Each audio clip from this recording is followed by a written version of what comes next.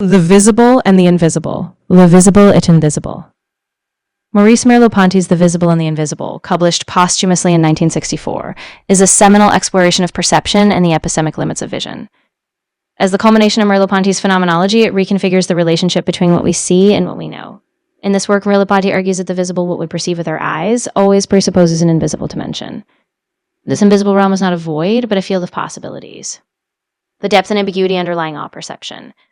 The book begins with a recognition of the inadequacy of classical philosophy, which, following Descartes, separates subject from object. Merleau-Ponty insists that this dualism obscures how we live in a world. For him, vision is not a passive mechanical reception of light. It is an active engagement. The body is not an object but a subject, and vision is a mode of being. Thus, we don't simply see things, we enter into a world. The visible world, in turn, is always shaped by what is invisible, the unspoken, the felt, the pre-reflective ground of all meaning.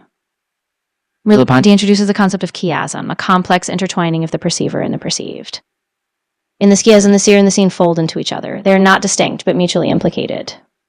Thus, the invisible is always present, as the horizon against which the visible emerges. Art for Merleau-Ponty is a privileged mode of access to this invisible. The painter's gesture, the sculptor's form, all evoke what lies beyond immediate sight, inviting us to dwell in ambiguity.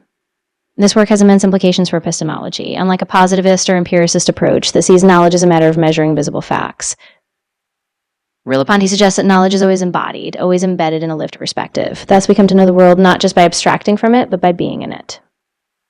His work thus challenges the Cartesian privileging of mind over body and opens a pathway for a more holistic epistemology, one rooted in perception, ambiguity, and embodied presence.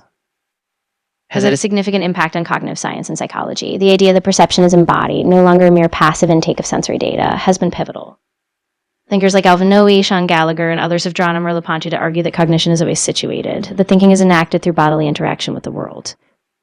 In this way, Merleau-Ponty's insistence that what we see is shaped by the unseen opens up a vast interdisciplinary field.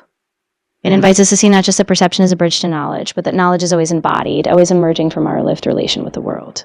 In conclusion, the visible and the invisible is more than a reflection on what we see. It is a radical rethinking of how we know. By insisting that the visible always implies an invisible horizon, Merleau-Ponty invites us to reconsider epistemology itself. From perception to art to cognitive science, his work continues to resonate, showing that what we know is always enmeshed in how we see, feel, and move in the world.